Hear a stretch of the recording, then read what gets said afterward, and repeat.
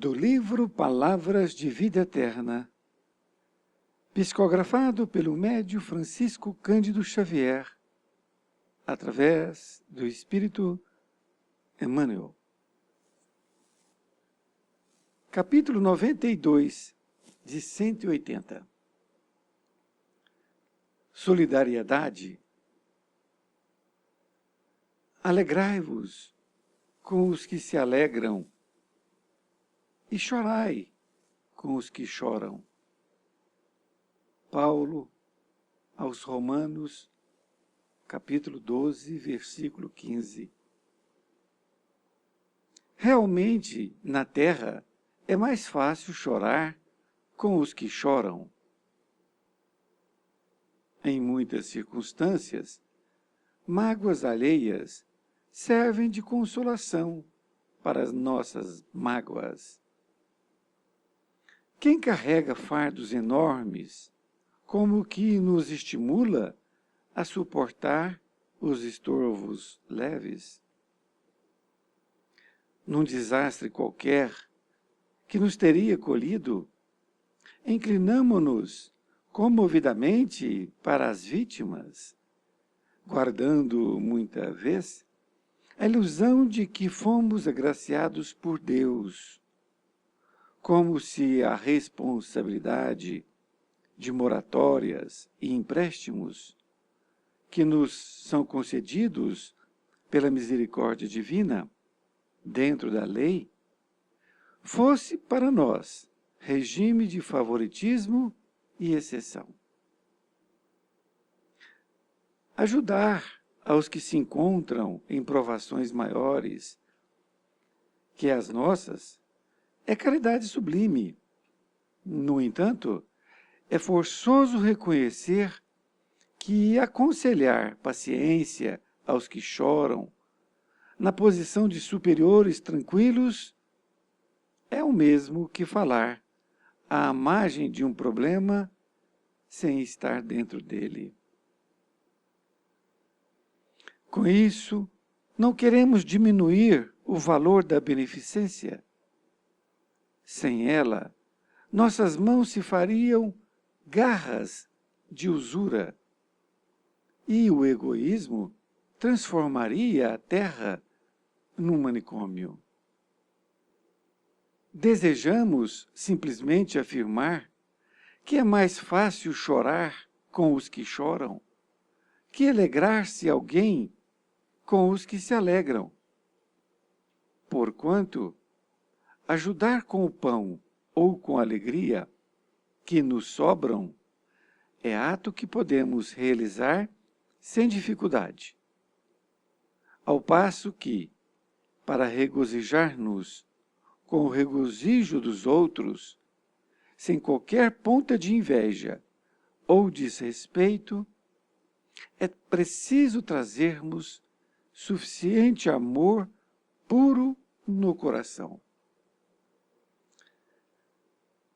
Querido amigo, querida amiga, aqui estamos nós, mais uma vez, no estudo do livro Palavras de Vida Eterna, e neste capítulo, que Emmanuel intitulou Solidariedade, ele utilizou a passagem que Paulo escreveu aos Romanos. E, como sempre, Paulo, muito direto, muito enfático, porém, é preciso que nós possamos refletir muito, porque são frases de uma grandiosidade, não é? Alegrai-vos com os que se alegram, e chorai com os que choram.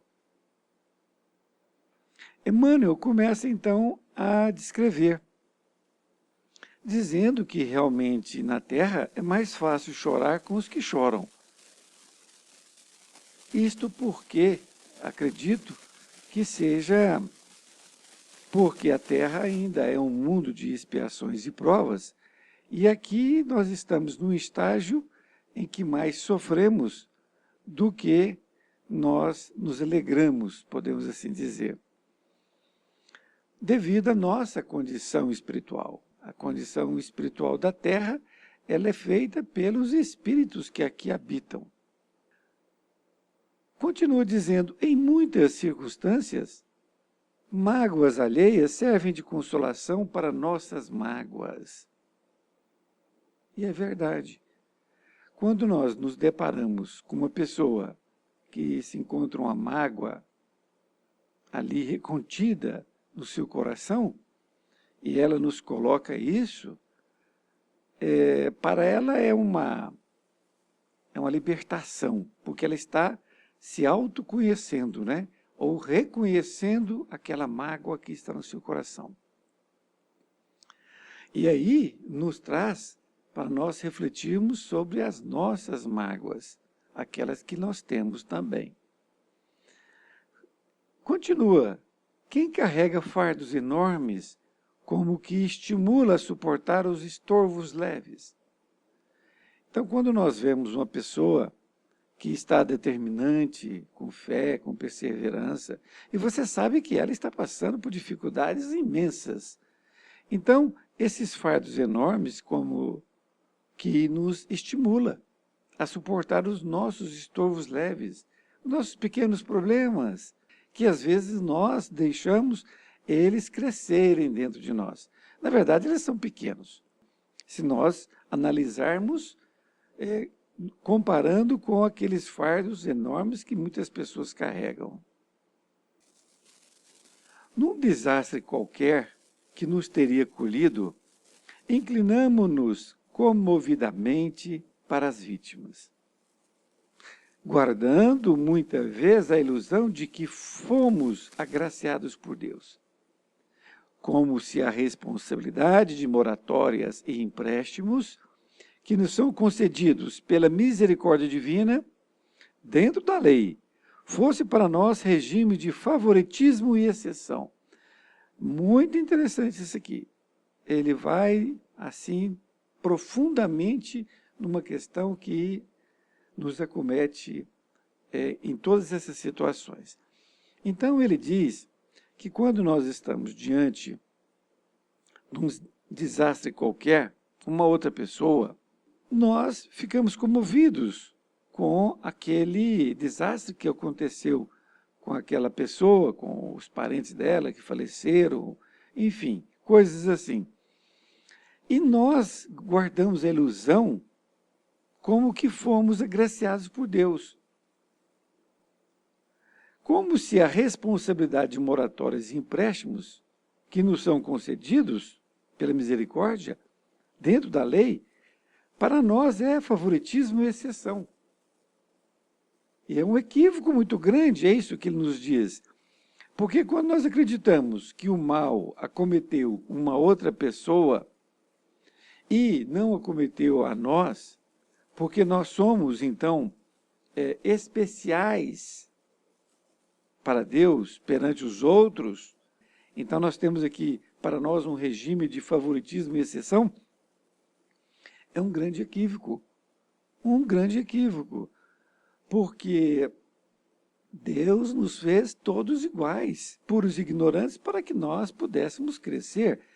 Então, se esse sentimento vem à tona quando ocorrer com você, você se compadece com aquela pessoa que está sofrendo, mas não pense que você está tendo um favoritismo por parte de Deus.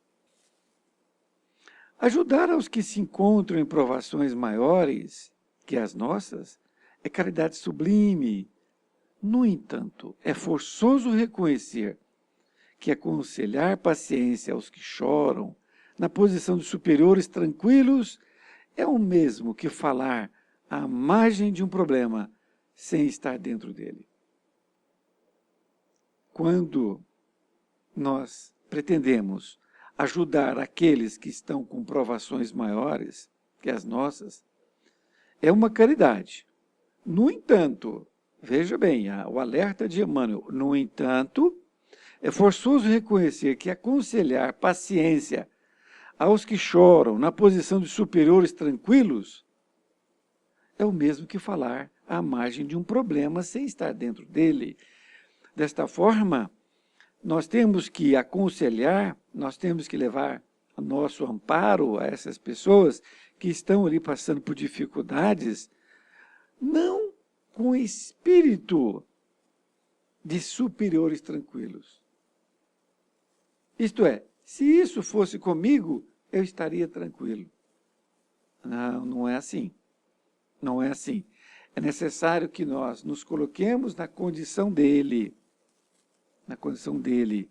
e que nós possamos ampará-lo com tranquilidade, não é?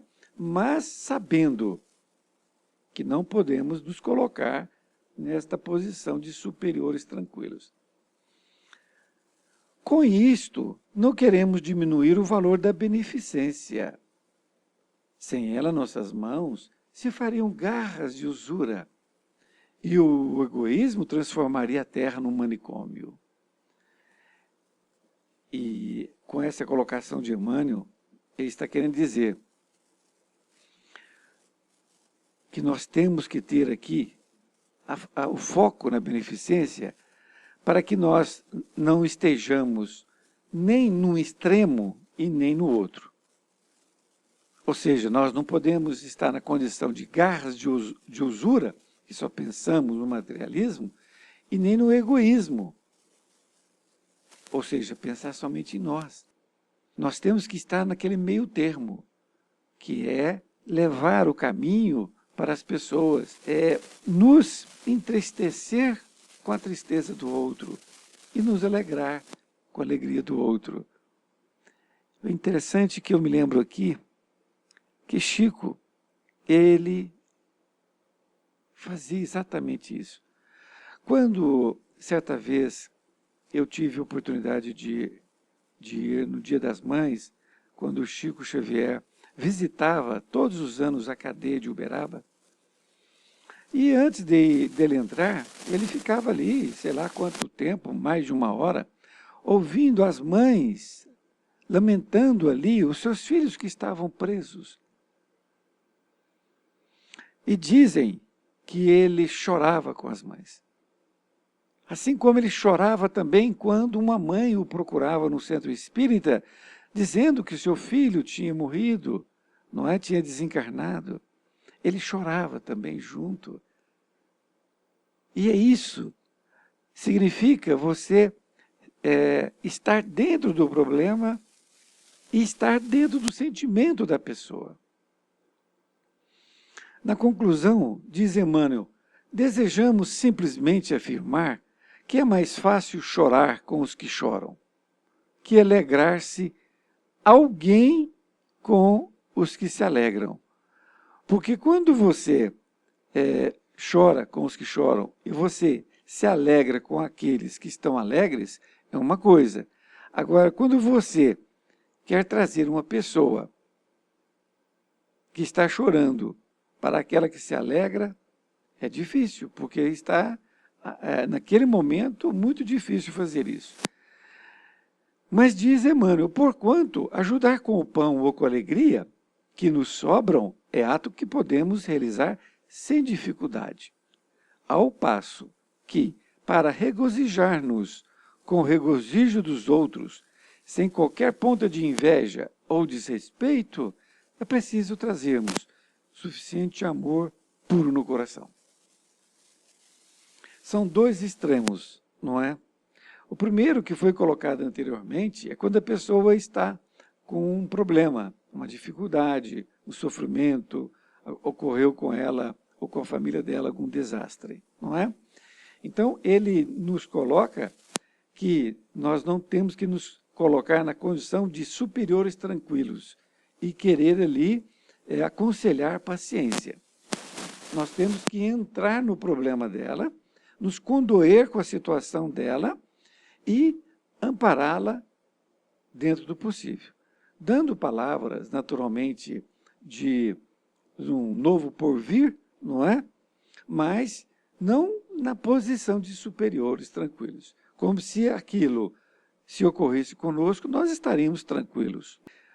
Agora, o outro extremo é este aqui, Porque Paulo fala em alegrar com os que se alegram e chorar com os que choram.